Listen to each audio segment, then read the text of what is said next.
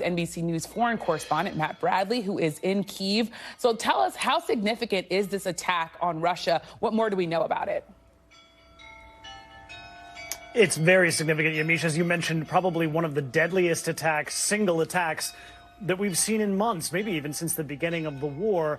And one of the interesting things that we've also seen is that this has really aroused a whole lot of criticism from within Russia, where, of course, we don't see a lot of criticism of the war. It's kind of outlawed, and it's actually not even allowed to be called a war. And now we're seeing pro-nationalist, pro-military bloggers and other commentators, many of whom have connections to the military and intelligence in Russia, criticizing the war, demanding investigations as to why these troops were left in such a vulnerable location. There's some talk that maybe there might have been a lot of ammunition nearby. We can't confirm that, of course. We can't even confirm the exact number of fatalities. But this is a rousing outrage and just round and round of recriminations in Russia.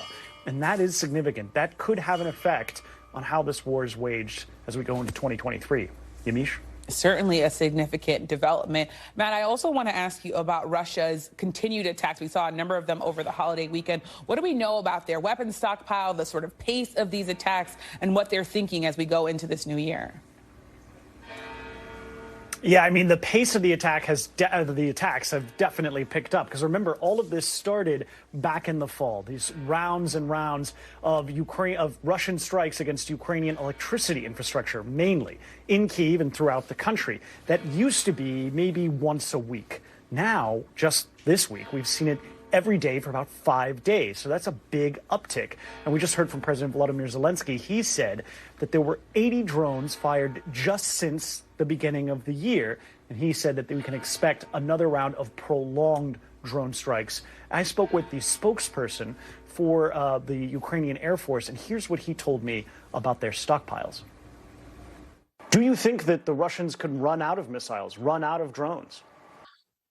On the drones, it depends on how many Iran would be able to supply to Russia and how strong Western sanctions would be in reducing that supply.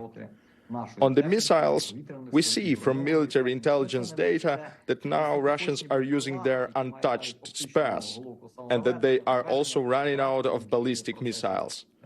We've seen recently they are now firing and striking Ukraine with quite fresh missiles that were produced in September and in the summer.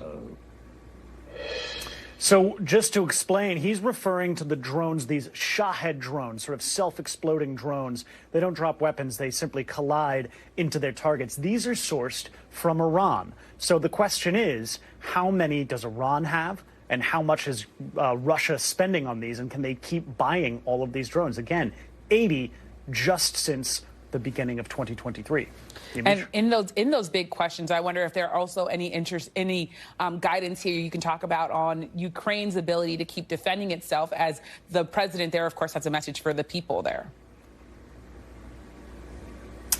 Yeah, I mean, that's something that that President Zelensky made very loud and clear. He's saying we're winning the fight against these drones and against these missile strikes. And when I spoke with that spokesperson for the Air Force, he credited U.S. and other Western European provided anti-air systems. Yamiche? And Matt, such great reporting always from you from Ukraine. So thank you so much, and please stay safe. Thank you. Thanks for watching our YouTube channel. Follow today's top stories and breaking news by downloading the NBC News app.